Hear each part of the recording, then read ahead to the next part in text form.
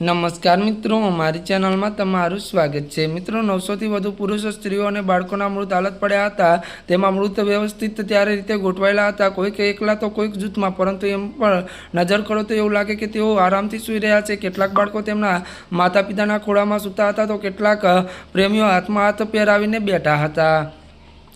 દરેકના હોઠ કાળા અને વાદળી હતા। ઘટના સ્થળે મોટા પ્રમાણમાં પોટેશિયમ સાયનાઇડ મળી આવ્યું હતું। એ ઝેર ભરેલા ત્યારે શરબતના અનેક ગ્લાસ પણ મળી આવ્યા હતા। ઘણા લોકો તેમને દેવદૂત માનતા હતા, જ્યારે અન્ય લોકો એવું માનતા હતા કે જીમ પાસે ચમત્કારી શક્તિ અને તેઓ તેના સ્પર્શથી કેન્સરનો ઇલાજ પણ કરી શકે છે।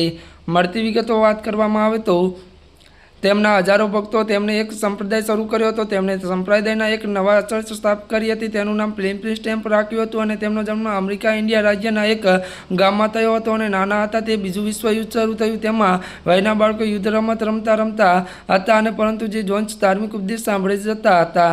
ત્યારે મિત્રો, આજના માટે બસ આટલું જ। અમારી ચેનલમાં નવા હોય તો અમારી ચેનલને લાઇક, શેર અને સબસ્ક્રાઈબ કરી દેજો। ધન્યવાદ।